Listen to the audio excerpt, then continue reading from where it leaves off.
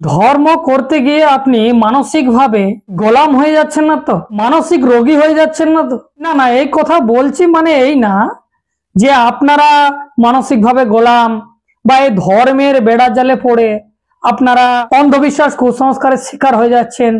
তার জন্য সব থেকে যদি দোষ কারো থাকে বা কোনো ব্যক্তির, সেটা আমরাই হচ্ছি গোলাম, আমরাই হচ্ছি মানসিক ভাবে ধর্মের পাগল, কুসংস্কার অন্ধবিশ্বাসে আমরা জর্জরিত। কেন জানেন? কারণ হাজার হাজার বছর ধরে আপনাদের বাপ কাকারা করে এসেছে, আপনাদের মা বোনেরা করে এসেছে, আর আমরা কথা বলছি, তার মানে তো আমরা মূর্খ। আপনারা মূর্খ না, আপনারা মানসিক গোলাম না, আপনারাই হচ্ছেন সঠিক ব্যক্তি। আর আমরা হচ্ছি দুনিয়ার সব থেকে অজ্ঞ মূর্খ, আমাদের জ্ঞান নেই, বুদ্ধি নেই, তাই দিনরাত আমরা এই সোশ্যাল মিডিয়ায় এসে বকবক করি। কিন্তু যারা ধর্মের বেড়া জালে পড়ে মানসিক ভাবে গোলাম, তারা কিন্তু মানতেই চায় না, তাদের মন মস্তিষ্ক মানসিক ভারসাম্য হারিয়ে ফেলেছে। সর্বপ্রথমে আপনারা এই ভিডিওটি দেখুন, তারপরে সমস্ত প্রশ্নের উত্তর আপনাদের কাছে থাকবে, আপনারা শুনুন। अनीता पाठक। कौन खो गया आपका? हमारे कान्हा जी खो गए। कान्हा जी को स्नान कराने लाए? हाँ, कहाँ खो गए?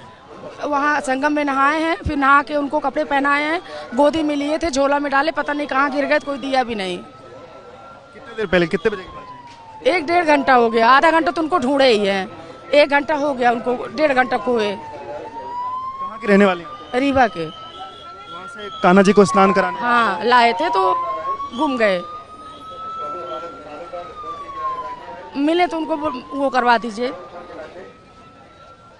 आंखों में आंसू भी हैं। हमारा फोन नंबर ले लीजिए, अगर मिले तो हमको बतवा दीजिएगा।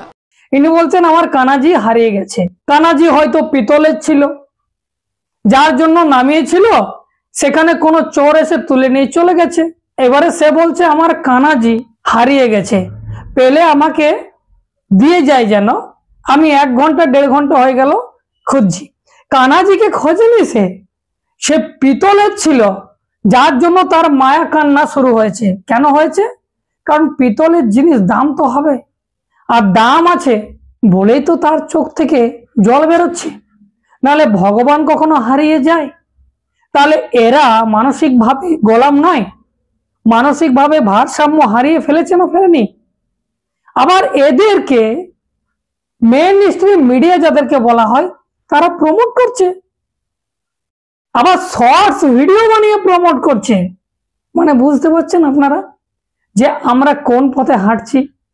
তাহলে আমরা বারবার যে আপনাদেরকে সতর্ক করছি, বারবার বলছি, ধর্মের আড়ালে নিজেদের সমাজকে, নিজেদের পরিবারকে অন্ধবিশ্বাস আর কুসংস্কারের মায়া জালে জড়িয়ে দিচ্ছি, আর এইরকম মানসিক ভারসাম্যহীন ব্যক্তি আমরা নিজেরাই তৈরি হচ্ছি। আমরা কিন্তু তা কখনো ভাববারও চেষ্টা করছি না। অনায়াসে সোশ্যাল মিডিয়ায় দেখবেন নাড়ু গোপাল না ছোট গোপাল বলে, তাদেরকে মাছ ভাত খাওয়ানো হচ্ছে, লাড্ডু খাওয়ানো হচ্ছে, সিঙ্গাড়া খাওয়ানো হচ্ছে, চান করানো হচ্ছে, বিছানাতে শোয়ানো হচ্ছে, শুধু লেটরিন করানোর জন্য নিয়ে যায়নি, বাকি সব কিছু করা হচ্ছে। তাহলে এরা ধর্ম করছে না ধর্মতে পাগলামি করছে না ভণ্ডামি করছে? এই কথাগুলো বললে আমরা অ্যান্টি হিন্দু, আমরা হিন্দু বিরোধী, আমরা ভিন্ন ধর্মের, আমরা অমুক মোল্লার বাচ্চা, নাহলে আরো কিছু। তো যারা এই ধরনের মন্তব্য করেন, তারা নিজেদের চরিত্র সম্পর্কে অবগত হন, যে আপনারা নিজেদের ইতিহাস জানেন তো?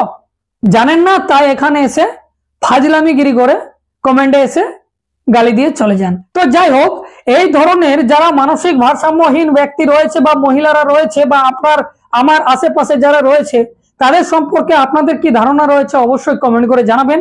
যদি প্রথমবার দেখছেন, ফেসবুকে দেখে থাকলে ফলো করে নেবেন, ইউটিউবে গিয়ে সার্চ করুন দ্য লং প্রসেস, সেখানে সাবস্ক্রাইব করে রাখুন, কারণ আমি ধরনের কন্টেন্ট নিয়ে আসি। এখন এ পর্যন্তই, ধন্যবাদ।